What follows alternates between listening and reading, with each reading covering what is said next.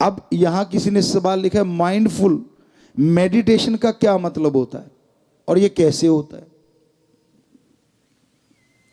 यानी आपने सिर्फ माइंड की बात की है, हम कहते हैं जी डीएनए को चेंज कर देता है सुमरण तो। और डीएनए अगर पावरफुल होगा तो नेचुरली क्या माइंड, क्या ब्लड सेल सब मजबूत होते चले जाएंगे, हर चीज मजबूत होती चली जाएगी। पर वो मेडिटेशन होता कैसे है? कई तरीके हैं। एक तो आलती पालती मार के बैठना, आसान आसन, इसे ध्यान में कहते हैं। ज्यादातर माता बहनें पालथी मारे बैठे, पलाथी मार के बैठना, ये आलती पालती, बच्चे भी बैठे हैं। इससे क्या होता है, हम खाना भी इंडियन कल्चर में ऐसा खाते थे। मेडिटेशन की बात करते हैं लेकिन आपको खाने की भी बताते हैं। हम खाना ऐसे खाया करते थे पुरातन समय में, पालथी मार के आगे ऐसी कोई फट्टी रख लेते थे, या राजस्थान साइड में या कोई अच्छा सा कपड़ा। इसकी वजह क्या थी?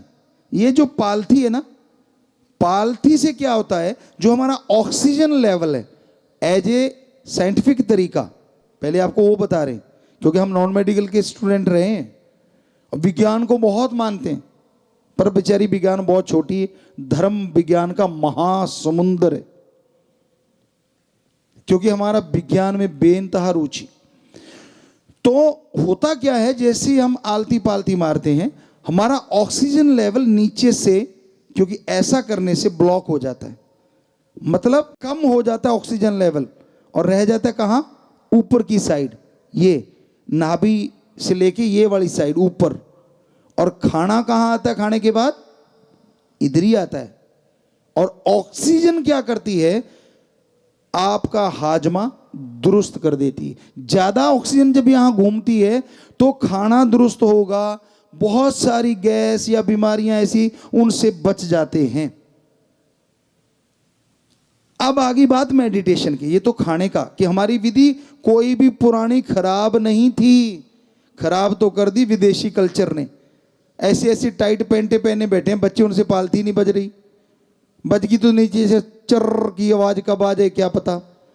तो मेडिटेशन जब करते हो आप, तो मेडिटेशन के टाइम होता क्या है, ऐसा बैठने से बिल्कुल सीधे, वैसे नहीं बैठ सकते। तो ये देखो जो बुजुर्ग हैं, या और ये हमने भी तो बना रखा है चौकी। अरे कभी ऐसा भी टाइम होता होगा, शराब एक बोतल पे भी 500 से लेके 1000, 1500, 2000 तक लगा देते होंगे आप। क्या इतना सी चौकी सी नहीं बना सकते क्या? ऐसी बनाओ, सोफे में तो धस जाओगे। ये तुम्हारे वाली थोड़ी पीछे से स्ट्रांग है, इसके अंदर धसते नहीं, नीचे से हल्की सी नरम है। तो इसमें ऐसे पालथी मारो, बैक सपोर्ट हो गई, पालथी भी लग गई, और अपना ध्यान यहां, यहां एक दरवाजा है, जैसे हमारे, आपको लगता है बॉडी का कुछ भी बाहर नहीं, नहीं, 9 दरवाजे, 2 कान, 2 आंख, 2 नाक, 1 मुंह और 2 इंद्रियां। जो ये 9 दरवाजे खुले हैं बाहर की तरफ, जो बॉडी के अंदर जाते हैं। तो ऐसे एक यहां 10वां है जो दिखता नहीं है, पर यहां ध्यान देके ऐसे पालथी मार के, अगर वो जो इन्होंने कहा माइंडफुल मेडिटेशन, या डीएनए को चेंज करना चाहते हैं आप, तो ऐसा बैठने के बाद कमरे में अगर अंधेरा हो तो नंबर 1, नहीं कोई बात नहीं, लाइट जलने दो, आपका आंखें बंद हैं, पींट कर लो, और डिम लाइट 0 वाट कहा करते थे, अब तो पता नहीं वो आता है कि नहीं।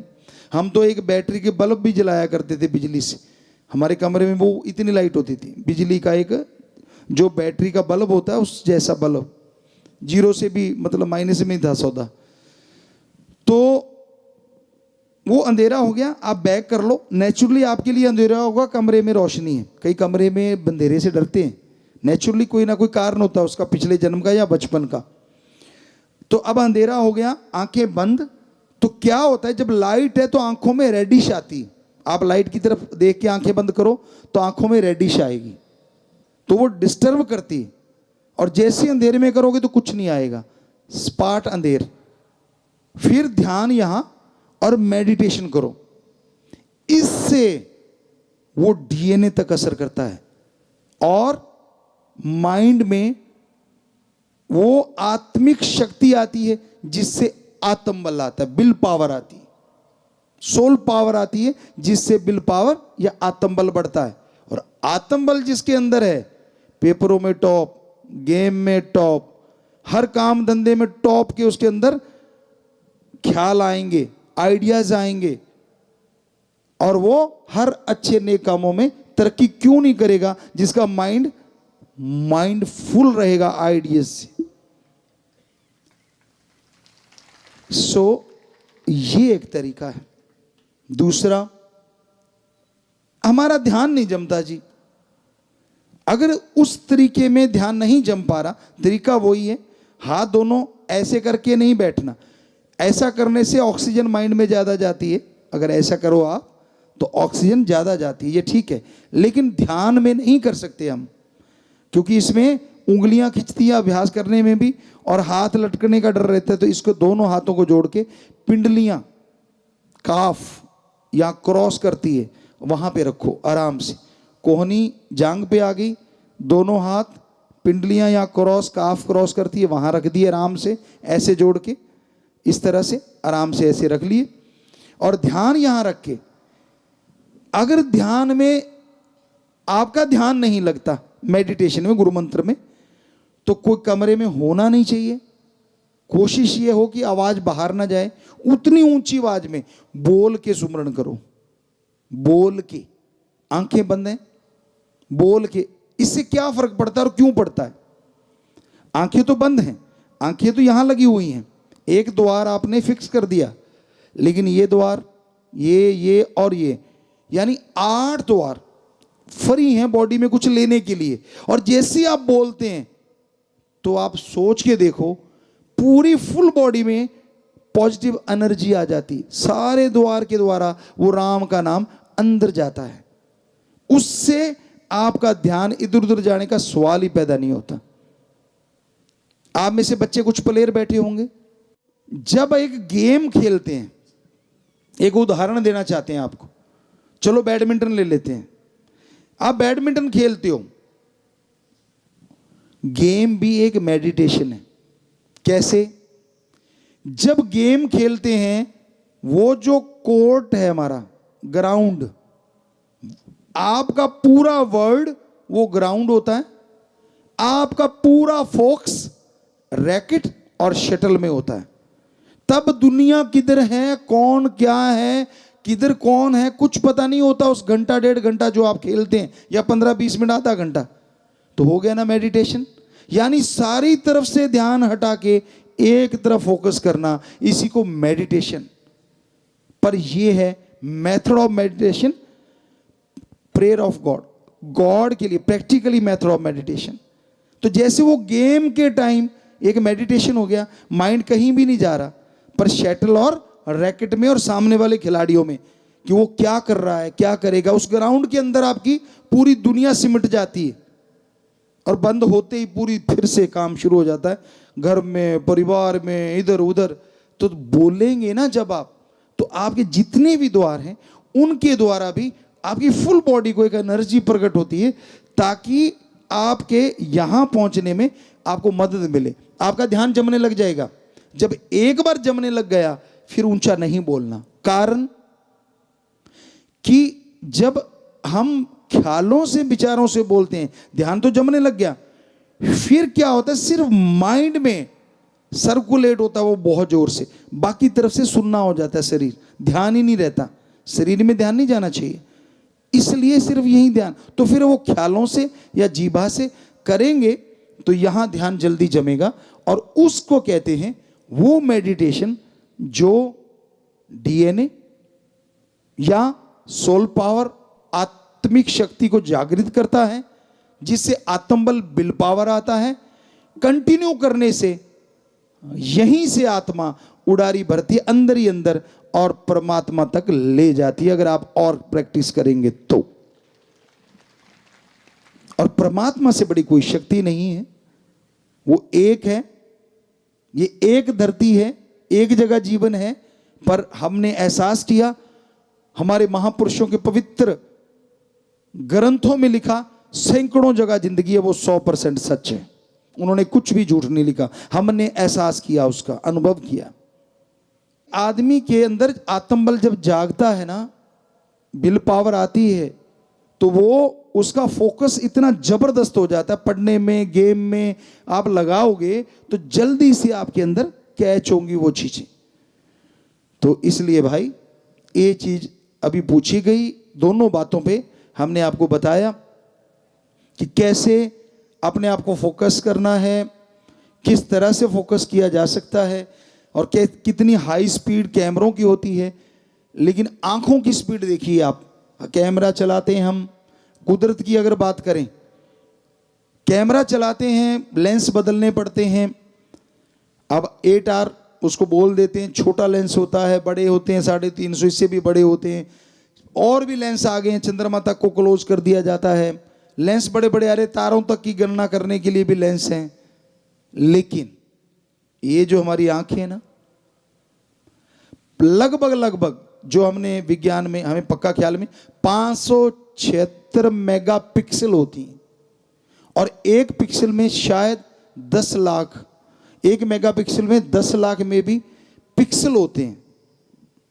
एक मेगापिक्सल में 10 लाख पिक्सल होते हैं, और हमारी 576 लगभग कि 576 के आसपास हमारी मेगापिक्सल आंखें होती हैं। पर एक हैरानीजनक, जिसे कोई साइंटिस्ट नहीं बना सकता, 1 सेकंड में हम चांद देखते हैं, सेकंड की उसी हिस्से में, अभी सेकंड पूरा नहीं हुआ, हम अपनी हथेली की लकीरें देख सकते हैं ऐसे करके। इतना फोकस एकदम इम्पॉसिबल, आज तक कोई कैमरा नहीं बना, कोई लेंस नहीं बना जो एकदम चंद्रमा को देखे और हाथ की छोटी लकीरें भी देख ले। आप देखो चेक करके, दूर निगाह मारो और फिर उंगली हाथ देखो, लकीरें दिखेंगी। जिसकी निगाह 6x6 है, चश्मे वाले भी देख सकते हैं, वो चश्मे से देख सकते हैं। क्यों गड़बड़ कर ली, खान पीने में चक्कर डाल लिया तो इसलिए गड़बड़ हो गई। पर ये 100% सच है। कोई कैमरा आज तक वर्ल्ड का ना तो बना और ना कभी बनेगा, क्योंकि इतिहास में कभी ऐसा हुआ ही नहीं। तो हमारी ये आंखें हैं ना गजब। इसलिए वो पिक्सल की हम आपको बात सुना रहे थे, फ्रेम की, कि क्या गजब हैं हम, और वो कैसा होगा, उस हर फ्रेम की वो खबर रखता है ना कमाल की बात। एक है खरबों लोगों को सृष्टि अगर जोड़ दें तो पता नहीं, शंख पद्म नील, एक संख्या आज के बच्चों को तो पता ही नहीं होगा, हिंदी भाषा में ये सिखाया जाता था। कहने का मतलब वहां तक भी अगर आपके बन जाएंगे ना 1 सेकंड में पिक्सल, वो तब भी खबर रखेगा। दूसरी बात, अगर इतनी सृष्टि है और वो फिर भी सबकी खबर रखता है एक होते हुए भी, तो वो कैसा है यार, देखने की इच्छा नहीं होती। क्या क्या सिस्टम है उसके पास, थोड़ा सा कैमरे में सिस्टम फिट कर दिया, बटन में कुछ लगा लिया, पेन में बना लिया, पता नहीं क्या क्या, और सोचता पता नहीं क्या कर दिया। अरे जो मर्जी बना लो, आप एक आंख बना के दिखा दो जो इतनी जल्दी फोकस करती हो। बाकी शरीर की बात छोड़ो, आप एक ऐसा लेंस बना के दिखाओ, में है तो हम चैलेंज करते दिखाओ कहाँ है। 1 सेकंड के उसी हिस्से में चंद्रमा देखेगा और उसी हिस्से में ये लकीरें देख लेता है। मतलब क्या गजब का ऑटो फोकस है। इतनी देर तो आपका हाथ ही नहीं चलेगा, सेकंड तो हाथ ही लगा देगा लाने में, तो फिर भी वो सबकी खबर रखता है। तो उस तक जाया जा सकता है इस मेडिटेशन से, ये है उसकी कुंजी। पहले जब हम पढ़ा करते थे ना, कई बच्चे कुंजी लाते थे, हम लोग उसको अच्छा नहीं समझा करते थे, बुरा ना मनाना, आजकल कोई और नाम हो गया होगा। यानी एक किताब के क्वेश्चनों की कुंजी, उसे कुंजी बोलते थे हिंदी में, कि वो जितने क्वेश्चन हैं वो क्वेश्चन होते थे, उसके नीचे आंसर होते थे। बजाय किताब पढ़ने के वो पढ़ लो, इस चैप्टर के ये क्वेश्चन बनते हैं, इसके ये बनते हैं, उसको कुंजी कहते थे। तो जो वो लाता था तो बड़ा अजीब लगता था यार ये। और ट्यूशन वाले को तो बुरा ना मनाना, बच्चों पढ़ो आप ट्यूशन, हम तो ट्यूटर कह के थोड़ा सा मजाक उड़ाया करते थे कि यार ये तो कुछ बात नहीं बनी है, अपना माइंड तो यूज़ करता ही नहीं। और टीचर भी तब, आज भी अच्छे हैं, हम नहीं कहते कि बुरे हैं, बहुत ही बढ़िया, इतनी इतनी मेरिट आना गजब है।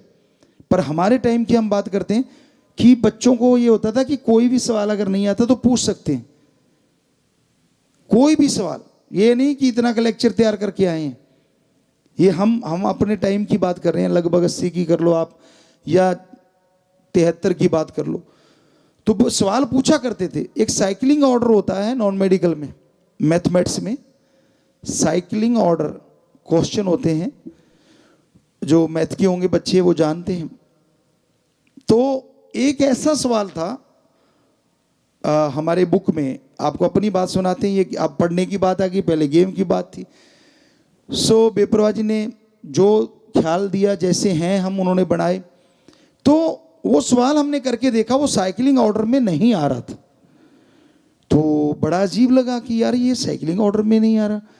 तो टीचर पढ़ाने आए मैथ वाले, उनको बोला सर इस चैप्टर का ये सवाल साइकिलिंग ऑर्डर में फिट नहीं बैठ रहा।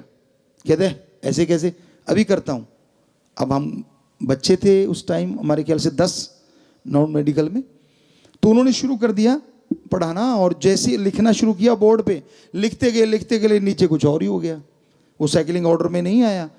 कहता पूरा ध्यान दिया, काफ़ी देर मत्था मारता रहा। कहता मैं कल को बताऊंगा। कहता आज ना मेरा थोड़ा मूड थोड़ा कहीं और है। वो गए बेचारे, वो बाई चांस हमारे पास ही रहते थे, घर में कमरा एक था अलग से, तो परिवार समेत रहते थे। तो वो करते रहे। जब अगले दिन सुबह स्कूल जाने लगे, इकट्ठे ही जाते थे लगभग। कहता यार फिर से मत पूछ लेना। मैंने कहा क्यों? कहता नहीं आया मुझे। मैंने कहा जी फिर क्या हुआ?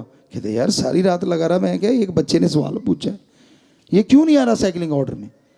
हमने कहा जी ठीक है, फिर आपके बस की बात नहीं, तो प्रिंसिपल के पास चले गए। बाई चांस वो भी नॉन मेडिकल के ही थे। तो जब उनके पास गए, तो अब हमें नाम थोड़ा सा मित्तल शायद उनके पीछे था कुछ, तो उनको बोला कि जी ये सवाल हमारा साइकिलिंग ऑर्डर में फिट नहीं बैठ रहा। कहते ले बात ही कुछ नहीं, अभी करता हूँ, लाओ। हम कागज में शुरू हो गए और एंड पॉइंट पे कहते ऐसा बेटा मेरा काम और भी काफ़ी है, आज मैं मतलब इतना जल्दी मैं कह बैठा, कल को बताऊंगा। हमने कहा जी कोई बात नहीं, कल भी आ जाएगा। उसको पता था, वो भी रात भर लगे रहे। साइंस वाले थोड़े से सनकी भी होते हैं, जो लग गया तो फिर लग ही गया। बच्चे कहते हैं ऐसा, होते नहीं। हमारे एज ए गुरु हम नहीं कहते कि होते हैं, पर क्योंकि वो एक तरफ लग जाते हैं। तो अगले दिन जब फिर हम उनके पास पहुंचे, तो उन्होंने दूर से देख लिया, भी आ गया। कहते बेटा मैंने अजमेर बोर्ड में तेरा सवाल भेज दिया है, वो जाएगा डाक के द्वारा, फिर वो आएगा तब बताऊंगा। भाई मेरे हाथ खड़े हैं, मेरे को नहीं आता। हमने कहा जी ठीक है। अब 15-20 दिन गुजरे, तो उन्होंने हमें बुला लिया कि आजा। कहते मैं देखना चाहता, आप आए हो? जी। कहता कोई बात नहीं, आप प्रेयर में बात करते हैं। अब प्रेयर में बात करी, और वहाँ टीचर थे, सारे थे। तो कहता भाई ये लड़का क्या कमाल का है, इसने एक सवाल निकाला साइकिलिंग ऑर्डर का, मैथ का, और वो ना टीचर से ना मेरे से किसी से नहीं हुआ। मैंने वहाँ भेजा, और वहाँ से ये लिख के आया कि ये छपने में गलती है, ये बुक में गलत छपा हुआ है। हमने कहा जी अगर यही ऐसा ही आ जाता तो हम क्या करते, क्योंकि इसका अगर हम जवाब कैसे देते। तो फिर उन्होंने बताया कि देखो ये बच्चा भी है जिसने बाल की खाल निकाल दी, जो हम लोग नहीं।